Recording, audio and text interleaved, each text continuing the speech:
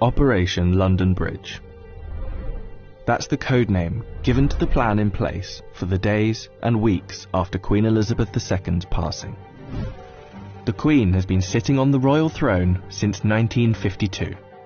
That's the longest reign of any monarch in British history. And during that time, she's seen over a dozen UK Prime Ministers, nearly 20 Summer Olympics, and over half a dozen popes.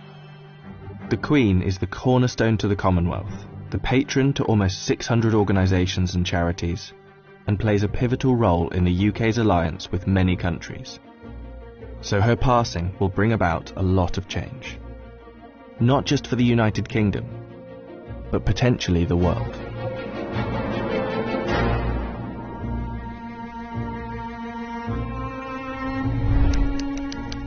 Her private secretary, the Right Honourable Edward Young, will immediately pass a message on to the acting Prime Minister at the time. That message will likely read, "London Bridge is down." The Prime Minister will then set Operation London Bridge into action. Within minutes, the 15 governments outside of the UK where the Queen is head of state will be informed over a secure line. And that will be followed by the other 36 Commonwealth nations and leaders around the world. The gates of Buckingham Palace will then dawn a black-edged notice of the news. At the same time, a news flash will alert media around the world. Every media outlet is prepared for the news. Every radio station has a network of lights that will flash to indicate a national catastrophe such as this. All BBC shows will stop and proceed to run a feed dedicated to the news. Newsreaders will change into the black suits and clothing that is on hand at all times in the news studio, and the traditional red BBC News branding will turn black. Newspapers, TV channels and radio stations have days of coverage ready to go.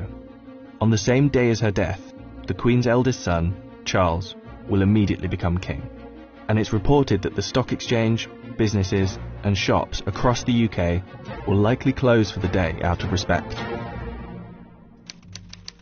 The day after the Queen's death, on a live stream, Charles will make his first official speech as king, and the government will swear its allegiance to the sound of a 41-gun salute in Hyde Park, London.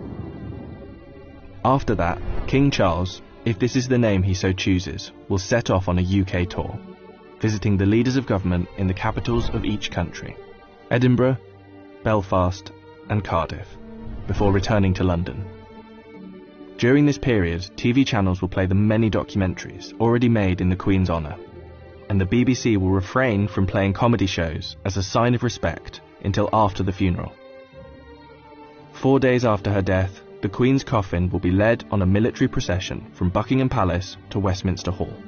Here she will lie in state over the next 4 days, and after which King Charles, family and dignitaries will pay their respects.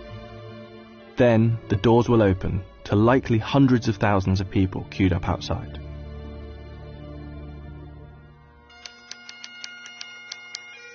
The funeral is estimated to take place 10 to 12 days after the Queen's passing. But one thing is certain: the day of the funeral will be an official bank holiday for the whole of the United Kingdom.